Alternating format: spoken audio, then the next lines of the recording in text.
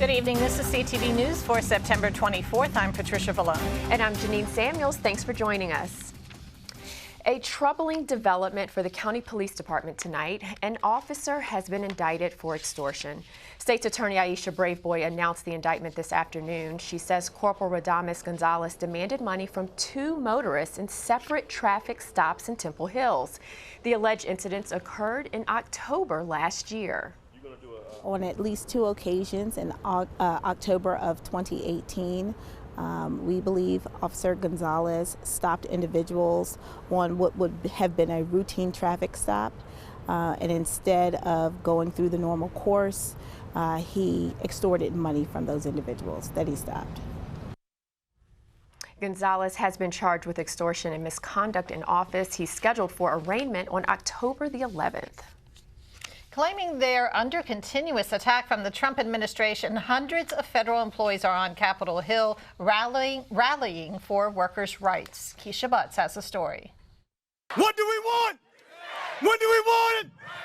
Hundreds of federal workers from the VA to the Environmental Protection Agency are here at the U.S. Capitol, all protesting for the same thing. They want equal rights. Many are saying that they want better contracts, working conditions, and wages.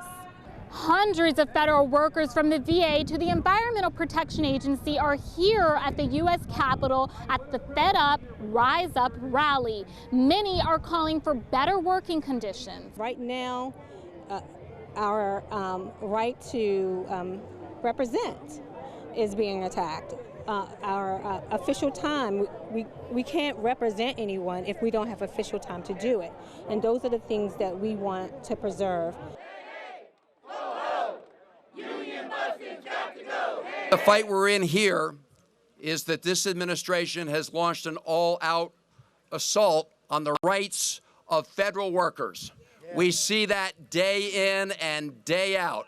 Yes. They are right now undermining the merit system that we have in our U.S. government. We respect our public service employees who are engaged in meeting the needs of the American people.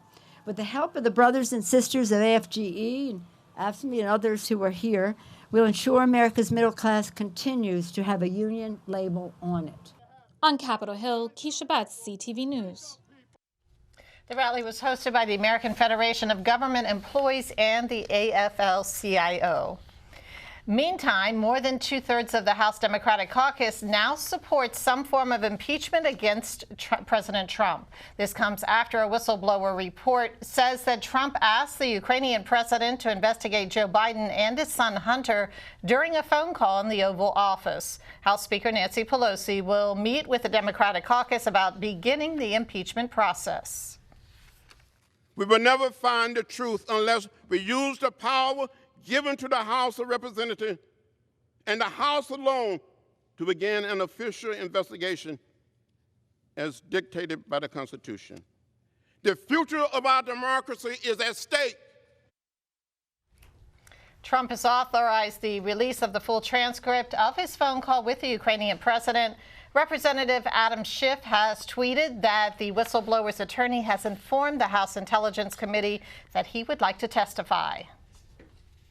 The County Council is considering a measure that would codify into law a policy that prohibits the county's law enforcement agencies from working with immigration and customs enforcement agents. Specifically, it prohibits the agencies from honoring ICE detainers in non-criminal interactions. The legislation also mandates that no county agencies can engage in an immigration enforcement.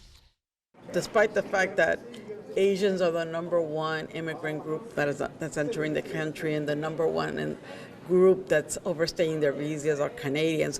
But if we look at who exactly is within the detention centers, that doesn't really reflect the reality of who's coming into the country. And so, you know, people are feeling targeted unjustly. The immigrant rights organization CASA has come out in support of the bill. Meantime, a bill before the county council would ban the sale of plastic straws and stirrers in Prince George's. The measure covers eating and drinking establishments and is part of a growing trend among local jurisdictions. Americans use more than, get this, 500 million straws every day, and many of them never make it to recycling facilities. But so many of them, they're in the, like I said, the roadway, but then they wash into the stream system. So our waterways are filled with plastic straws. And the one thing about the bill, it would not take effect for almost 6 to 8 months, and then there wouldn't be a fine for violation for a period after that, not until January, I think, 2021. So we're not trying to hit people over the head. We're trying to work with the restaurant industry. Now, fines could go as high as $1,000. If passed, the measure goes into effect next July.